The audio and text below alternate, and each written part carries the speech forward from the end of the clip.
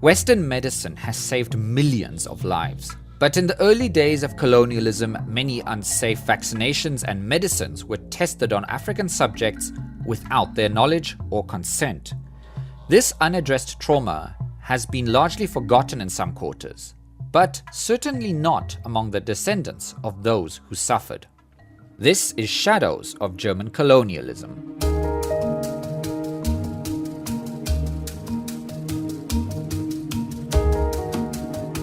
Remember when Western observers couldn't fathom why vaccine uptake in Africa was slow during the COVID-19 pandemic? Well, there's important historical context missing here. The 1870s and 1880s saw a surge in interest for tropical medicine research. Right about the time European nations were scrambling to acquire territories across Africa. And this was no coincidence. Even imperialists who had no intention of ever setting foot in Africa knew that to control territories, you had to have a presence. And to have a presence in Africa, especially the interior, you had to survive, which at the time was far from a given. Fever decimated white people in fledgling colonies in Cameroon and Togo to the extent that very few managed to settle beyond the coasts. Disease was such a big factor that it actually dictated German colonial policy to an extent. 19th century in Africa, and East Africa in particular, was known as a grave of white men. They have been actually suffered because of the temperature, because of the harsh climatic condition, but also because of the disease, what we call sometimes people they call the native disease that are found in the areas. That's Philemon Ntoy, an analyst specializing in health history in East Africa. Before the coming of the Germans into East Africa, particularly in Tanzania, the local people themselves, because of the environment, they have created a very conducive environment to balance, ecological balance between the disease itself. They know how to detect the disease, they know how to mitigate it, but also they actually did not disturb the ecological zone which will spread the disease itself. The German used a different and high technology. They destroy the forest, so they actually led to the spread of some very serious disease like sleeping sickness, and other one you can find the bubonic plague. African people were often first exposed to new diseases after coming into contact with Europeans. Sure, tropical illnesses like malaria and others had existed before, but few Africans had immunity to diseases Europeans were familiar with, like smallpox. And when it came to treating these plagues, European doctors were curious about how new drugs worked. How the patients fared? Less so. Effective smallpox vaccines were available in Europe by the 1880s, but colonial doctors administered ineffective vaccines that were expired or inefficient. What's more, imperial doctors mostly disregarded local remedies to fight illnesses, and colonial subjects were forced to accept Western vaccinations. Analyst Toyam Fogang tells of how German colonial doctors handled the smallpox epidemic in Togoland that started in the early 1900s. Vaccinations were among the first disease programs in the German colonies. There were also different disease control programs. Some traditional healers or caregivers refused to accept these vaccination methods, saying it was bad for their culture and that they don't accept it. But the police troops would enforce vaccination campaigns with all their means.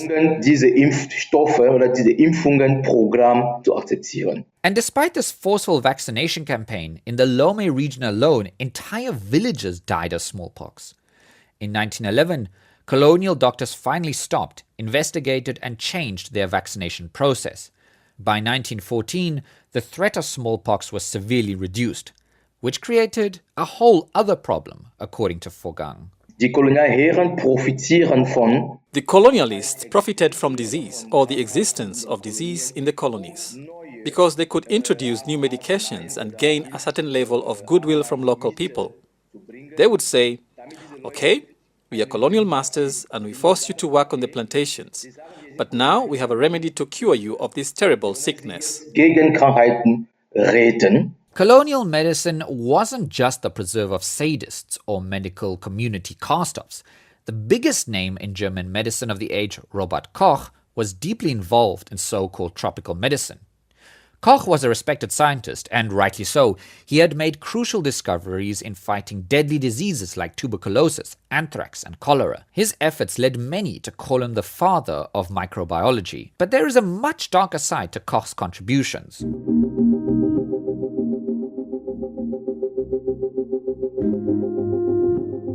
It's East Africa in 1906, and a really nasty illness is sweeping the Great Lakes region: sleeping sickness. It's a disease that targets both cattle and humans, both locals and colonial officers. It's transmitted by a really horrible insect called the tsetse fly, but no one knows how to stop it, and worse still, the regions that were previously considered safe are now also affected. It kills over 250,000 people at the turn of the century and affects basically every family in the region. Despite being competing colonial powers, Britain and Germany share concern. How are they going to carry out large-scale infrastructure projects, and who is going to consume their goods if there's no one left? So, who better to send than Nobel Prize-winning scientist Robert Koch? And Germany bets on this man finding a cure to save the East African colonies around the Great Lakes. But exactly this development and the dismissal of indigenous remedies caused deaths to mount, according to Mtoy. Our indigenous health system, it was actually attached to the life of the people. You can find in your family a mother or a father it knows the ABC of medication before going to the traditional healers. You find in each family there's a person, and they protect even the forest, that if we actually destroy that forest, we can cause several diseases. If we destroy the water catchment, we can cause cholera and other disease. So they put restrictions, people not to go around these areas. They're called sacred areas.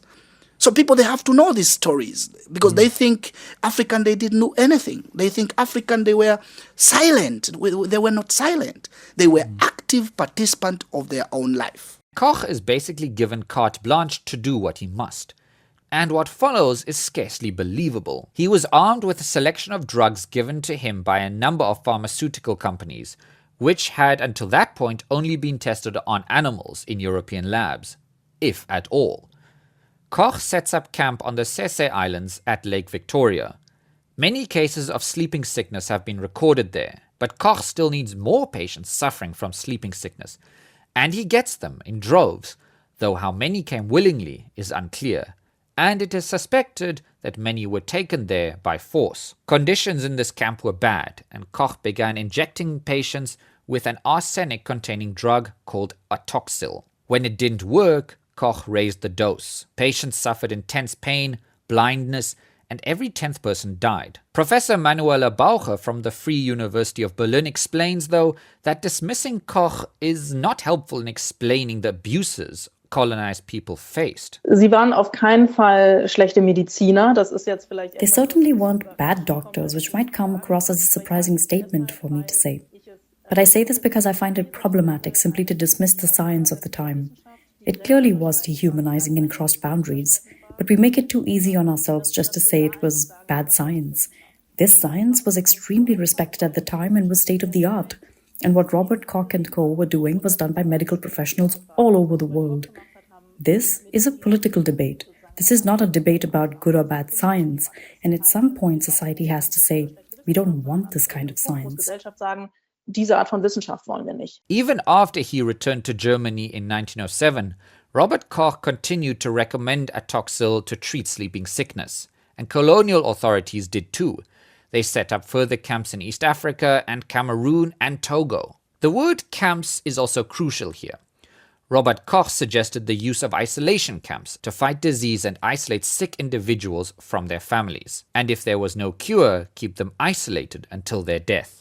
Koch even advocated camps in East Africa as a viable way to test new drugs on patients. You would call this human experimentation, and even at the time it wasn't allowed in Europe. But the racist nature of colonial policy held African people as expendable, and in the name of science, The tests and vaccinations continued. The vaccination during the German colonial period, the vaccination during the British colonial periods, put the hangover to most of the Tanzanian people. We have an old people who can tell the story that I have my relative who had been vaccinated during this time and he died. Eventually, a cure for sleeping sickness was found in 1916 called Bayer 205 or Germanin.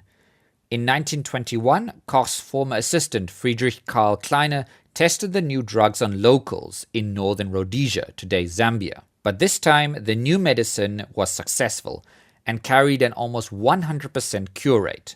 Not a dose of atoxyl was used. Koch's experiments on the Sese Islands were far from an anomaly in the colonial era.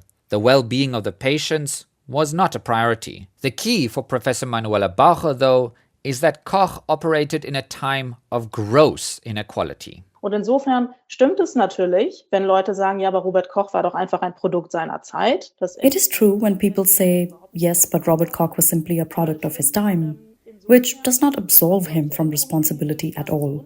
But it is worth taking into account because it forces us to look at the time when this science took place, considering the unequal power dynamics at play. Robert Koch profited from inequalities of power caused by colonialism when he conducted experiments in East Africa on patients, and he exploited the inequality of power. Dann hat sich Machtungleichheiten zunutze gemacht. Medicine developed by colonial powers has saved countless lives in Africa. But the traumas around human experimentation cast a long shadow over trust in Western medicine.